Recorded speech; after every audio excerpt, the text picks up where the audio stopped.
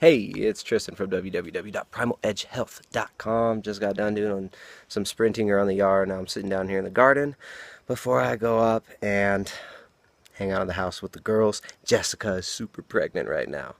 The baby has not come yet, but it's coming soon. So it's probably within the next couple weeks.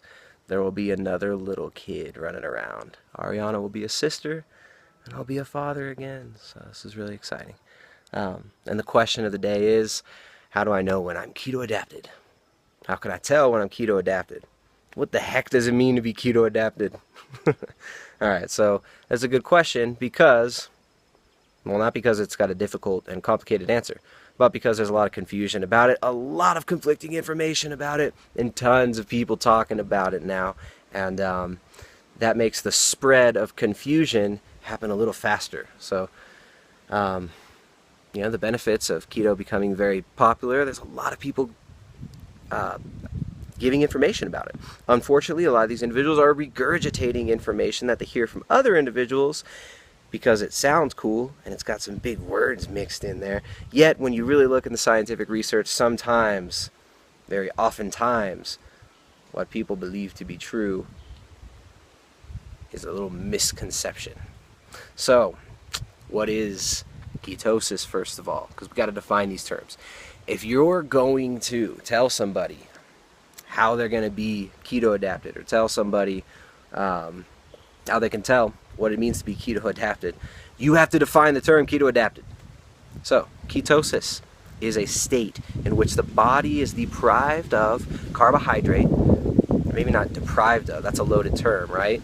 The body does not need carbohydrates. In absence of carbohydrates, of dietary carbohydrates, the body will break down fatty acids, whether those fatty acids come from dietary fat or from your body fat, doesn't matter. Your body will break down those fatty acids. The liver will turn those fatty acids into ketones, and your brain, heart, other vital organs, many of the tissues in your body thrive in a state of ketosis where they are utilizing ketones primarily in absence of glucose as the fuel source. So this allows you to do many incredible things, such as not be hungry all the time, regulate your moods, have more balanced brain chemistry, have more GABA production, have the neuroprotective effects of GABA and the ketone bodies, which will spare your brain from frying out from those excitatory neurotransmitters like glutamate, serotonin, these other transmitters, which can frizzle fry your brain out. So that's what ketosis is. Anything above 0.5 millimolars per deciliter blood ketones, that's beta-hydroxybutyrate being measured. Beta-hydroxybutyrate is a byproduct of fat metabolism. It is fats broken down by the liver and turned into beta-hydroxybutyrate, acetoacetate, and other ketone bodies, which your body uses as fuel. Because not all tissues can oxidize fatty acids directly. The brain can't oxidize those fatty acids directly.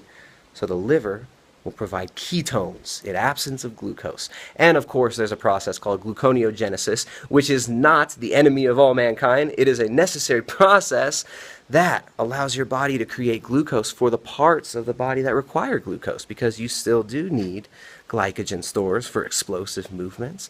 Your brain in certain areas will need glucose as well. So, there's ketosis in a nutshell. Now, what does it mean to be keto adapted? Here's where the internet mysticism comes in.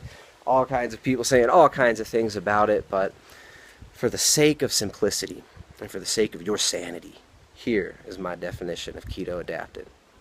Keto adaptation is a state where your body efficiently and preferentially will be utilizing ketones for fuel. How do you know you are keto adapted? There is no objective, perfect, scientific definition for this. Hence, the confusion. Because anybody could say anything on how you can judge if you're keto adapted or not. Keto adaptation, for me, when I work with clients, when I'm working with people who are trying to drop body fat or optimize brain function or get out of a funk in their life or get control of their food and their dietary habits and take control of their health, their well-being, their vitality. When I'm working with people, helping them do this specific dietary pathway, which is not the only way. There's plenty of other ways to be healthy. But when I'm helping people get into ketosis.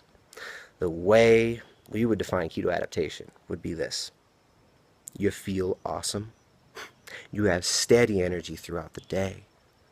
You're sleeping well. And you've got mental clarity. And if you desire, you can measure your blood ketones. Anything above 0.5 millimoles per deciliter, blood ketones means you are in ketosis. Now, the confusion comes in when people believe that they have to be above like 0.2, they have to be above 1.5 to technically be keto adapted. Now, yes, if you want the deeper adaptation, it's going to take time. And you'll probably see a little bit higher blood ketones than 0.5. But if you're doing keto for fat loss, if you're doing it for body fat loss, if you're just doing it for your mental clarity, for the well-being of your mind, of your body, to feel better, then gauging your progress by the blood ketone readings is not really going to be necessary. So, yeah, you want to be to be in ketosis. I'm talking about in all of the scientific research. You can look up, I guess a good place to start would be the work of Steve Finney and Jeff Volek. They've done a lot of scientific research on ketosis, adapting normal individuals who are trying to lose body fat, athletes. They've done a lot of important work. They define ketosis as anything above 0.5 millimolars per deciliter of beta-hydroxybutyrate in your blood. So anything above 0.5 is ketosis. We can say whatever we want, but that doesn't mean it's true. So some people will tell you, you have to be above 2, you have to be above 1.5, your blood glucose has to be in the 70s all the time. You can never slip out of ketosis, not even for a moment, when your glucagon rises, when you eat a meal that consists of solid food and more than a few grams of protein over will throw you out of ketosis. All these people who are saying these things are kind of creating a little bit more confusion than I think is necessary. Because most individuals that I deal with, most individuals I talk with, most individuals I've been helping out are doing a ketogenic diet to improve their life, to improve their mental clarity, to free them from addiction to foods, to sugar, to junk food, whatever it is they're trying to do, or just to drop body fat, look better, feel a little bit better. These people are doing it for those reasons. Now, a lot of the times when these people are told, your blood glucose has to be this, your blood ketones have to be this all the time, they're spending so much money on these blood ketone strips. They're spending so much emotional energy on looking at this blood ketone meter, and this can make or break their day. If you're stressing yourself out, boosting up your cortisol all the time because you're so worried about your blood ketones and you think that you're a failure if your blood ketones aren't above 0.8 or 1.5, whatever dogma you're going with, how are you really taking steps towards your goal of living a healthier, happier, sane life? We don't all need to be constantly reading our blood ketones. I know I'm going to take some flack for this. Some people will disagree, and that's fine. It has its place. If you're doing a medical ketogenic diet, if you're epileptic and you need elevated blood ketones, or your brain can get out of whack and you can get seizures, then of course measuring blood ketones constantly will be important. But for the average Joe, the average Jane, the individual looking to better their life, to reduce the stress in their life, to reduce the oxidative stress in their body, to balance their brain chemistry, these individuals, for the most part, most of these people, don't need to be measuring their blood ketones, worrying about their blood ketones so much. If you're feeling good, if your mind is clear, if in between meals you're not getting hungry, if you're forgetting to eat, if you're dropping body fat, feeling more clear, more good than ever, then chances are you're keto adapted. Alright, so there is no concrete scientific method for measuring the level of keto adaptation. Will there ever be? Maybe. Is it that important? I don't think so. If you're feeling good, if you're doing well, if your brain feels awesome, if you're not hungry all the time, dropping body fat, and if you can keep sane and not obsess over it and turn it into this craziness, if you're measuring your blood ketones and your blood ketones are above 0.5, you're in ketosis. Do that for long enough, you'll be very, very well adapted to the pathway. Now, the longer you put into it, the longer you're in ketosis, the more efficient your body will be at utilizing and producing ketones. So, just like anything, the more you put in, the more you get out. Yeah, so that's it. Unfortunately, there is no dictionary scientific definition for keto adaptation, hence the confusion. But I hope this helped a few people out there who have maybe been suffering from blood ketone madness or measuring their blood glucose 5 times a day when they're not even diabetic, and thinking that they're failing at life because they're not below a certain level on that the blood glucose meter. Instead of worrying about that, when you do your blood work with your doctor, whatever type of practitioner, naturopath, whatever you're working with, when you're doing your blood work, just check your hemoglobin A1C. That's a much better snapshot than your fasting blood sugar in the morning. All right, so we don't need to obsess, most of us at least. And of course, it all has its place, right? If you're diabetic, you got to measure your blood sugar all the time. If you're diabetic, you want to watch your blood ketone levels. If you're type 1 diabetic, if you're type 2 diabetic or type 1, you got to use that blood glucose meter to check your blood glucose and regulate that insulin. But most individuals don't need to be doing that. So I hope I save you some time, save you some energy, and a well-formulated ketogenic diet. You should be relatively well adapted. After several weeks, you should be feeling great, and the longer you put into it, the more you get out of it. So for athletes and individuals who are pushing their body at a high level all the time, it'll take longer. It's just you're not gonna switch on and get this performance boost right away. So yeah, have realistic expectations when you're starting things. Do enough research so you have a basic understanding, and read the scientific research rather than listening to people's interpretations of it. Because if you do that, you'll have a much better picture of what's really going on, of what we know about it, and of what we don't know about it. So then when people are saying something that hasn't really been researched or proven, and they're just regurgitating something that somebody else said, which was untrue in the first place, and this unfortunately happens a lot in the world, we all know this. It's not that these people are intentionally doing it, they're just saying, some people are saying what they believe. I might disagree, and other people are repeating it. Blah, blah, blah, blah, blah. That's how it goes. But, yeah, read the studies for yourself. Go on PubMed, search ketogenic diet, ketones. There's a growing body of research about this stuff. Beta-hydroxybutyrate is another keyword that you can use in PubMed to do some research yourself and understand the process. Understand what it means. Understand what we know and what we don't know. And let's not pretend that we know what we don't know. If that makes sense.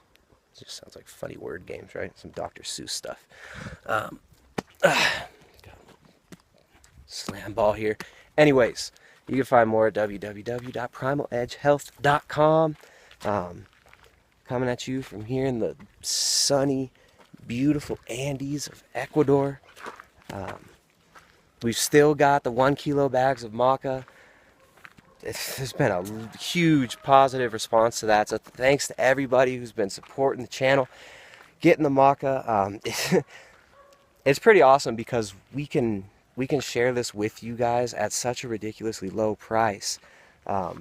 We're selling 1 kilo for the price that some people are selling lesser quality material in 1 pound quantities. So there's a lot of people, thanks to the customers and friends who've been buying multiple bags. A lot of people have bought 1 bag, tasted the maca, realized that what they were getting before was just not up to snuff with this stuff, and coming back and buying like 3 or 4 bags at a time. So that's pretty cool. I think we've got a few hundred units left. So you can find our maca ebook, all about maca, which is one of our favorite adaptogens in the world, and consequently it's grown right here in the Andes. So maca only grows above about 12 to 15,000 foot elevation, and it is a very, very hardy little tuber, little teeny thing. These beautiful crawling tiny little leaves that cover the ground, and the stuff is just incredible. It thrives above where even grass can grow. In such a low oxygen environment, this stuff thrives. And the Inca The pre-Inca people who were cultivating stuff for thousands of years probably wouldn't be alive today if not for maca. So it's historically been used for fertility, energy, as a food that the warrior class would feast on before going into battle. Given to women during menopause to improve their hormonal profile. It's pretty amazing stuff. Helps the body adapt to stress, adapt to stressful environmental circumstances, whether that be from internal stress, from us thinking thought loops all the time, or stress from our job, stress from our environment, being in a low oxygen environment, lit with artificial light all the time, which is chronic stress at a low level. Flipping your phone open every time it beeps, zzz, zzz, zzz, ooh, stress response, cortisol, ah, ah. So adaptogens can help you to adapt to those stressful situations, which is really cool. Of course, you got to take care of the root of that stress if you really want to free yourself from it. But adaptogens are pretty awesome just for boosting your energy levels without jittery caffeine or stimulant vibes, and without the negative effects of stimulants, and balance the HPA axis, the hypothalamus pituitary adrenal axis, which is what we use to regulate stress throughout our body and to deal with it. So yeah, you can check out the free maca ebook. I'll put a link down below, and we still got the 1 kg maca bags for the time being. So keto adaptation, it's not that complicated. It's not a mystical thing. It's something that's very simple. Eat a well-formulated ketogenic diet for a period of time, and you will be well adapted to it. That simple. All right. See you guys next time. www.primaledgehealth.com. Later.